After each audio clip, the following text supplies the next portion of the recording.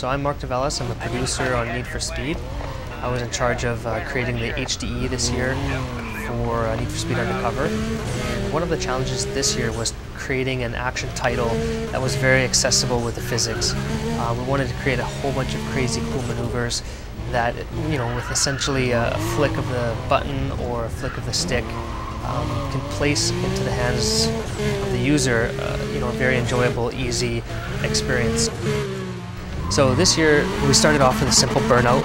So essentially you're just holding both the LT and RT triggers down, spooling up those tires, getting the smoke billowing out of the fenders there. And all I'm going to do here is just let go of the brakes, hold the throttle down, and bam, we're off. That essentially started, okay, that was pretty generic, where can we go from there? So we said, you know, start with a 360, so you do the same thing, you release the brake and you hold the steering all the way to one way. That puts the car into a, you know, beautiful 360. The camera stays stationary. First time ever where you're able to see the full 360 of the car.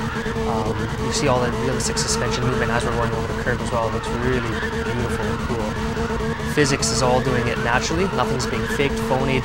You know, we went basically from 40 attributes, say 6-7 years ago, to up to 400. Everything's based on curves, speed. We can tune essentially every parameter of the car. So then we got the you know, the brakes down. We went to the 360. So then we said, why can't we do a 180? So essentially, with a flick of the e-brake and a flick of the steering, we're into a 180. Let's leave the camera stationary there, and all we have to do now, the camera's perfect for reverse driving. Camera rotates around, and now we're reverse driving. So it's very touchy, as in real life. You have to be really sensitive for the stick. Little taps will do, but now we're actually driving in reverse, something we've never ever had before in any Need for Speed. And essentially, you get a totally different perspective. You're looking at the front of the car now. So now that we have reverse driving, we said, okay, very cool. Can we do J-turns with a flick of a switch? So all we do is flick, boom, we're the other way. Let's see that combined. So let's go into a J-turn, goes into reverse, flick of a switch, boom, we're back going the other way with the J-turn there.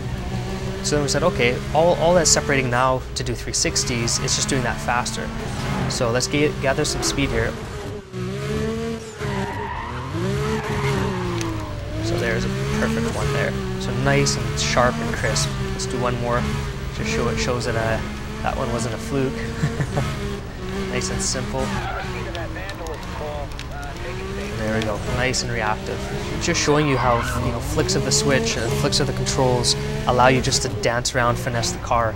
I'm going to show you now how that's possible. If you pretty much spin the car around in this light, first time again ever where you're able to see the side of the car completely. You'll notice the fenders here, how much suspension movement there is in the car. That's all happening naturally. That's all, you know, we have progressive springs, we have digressive shocks, we have roll bars, we have everything based on speed.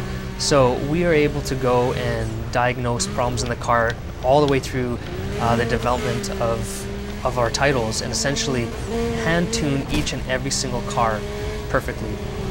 And each one of the cars feels different. That's the other thing, you know, all-wheel drives feel different than fronts to rears as well. And within those categories, depending on weight, depending on wheelbase, depending on ride height, everything handles and has its own character. The other thing is drifting. We don't have, as per se, drifting modes of drifting. We have drifting right into the game mode. That was awesome, funneled right through. So I'm able to essentially go through a long corner. As long as I keep my throttle pinned and counter steer, I'm going to keep the drift going. So there you go. You saw the drift right through that corner. So let's get some speed here again. Let's NOS. Counter steer, and you see as soon as I counter steer, boom, the car comes right out of it. When you don't counter steer, you go in, boom, you're going to spin out the car. Physics thinks, okay, he's holding the e-brake long enough, he wants to do a maneuver, or he's, you know, you broke that traction point where you've gone past 100% of the tire and you're going around.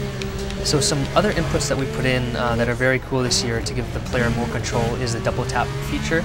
It's whenever you're coming up to a roadblock or you want to change directions quickly, you'll notice all I'm going to do here is double tap the brakes here. I'm in 4th gear, double tap, and I go instantly into reverse. This car is stopped, and I'm spooled already up to 50-60 miles per hour. That allows quick transitions, allows me to get away from cops, allows me to spin off cops, super simple. The other thing that we put in is we catered really to NOS. Not only does NOS,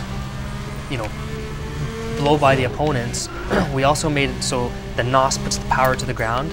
As I'm going into the drift, I can hit the e-brake, NOS at the same time, and you just saw I just did a nitro drift there. Style points popped up.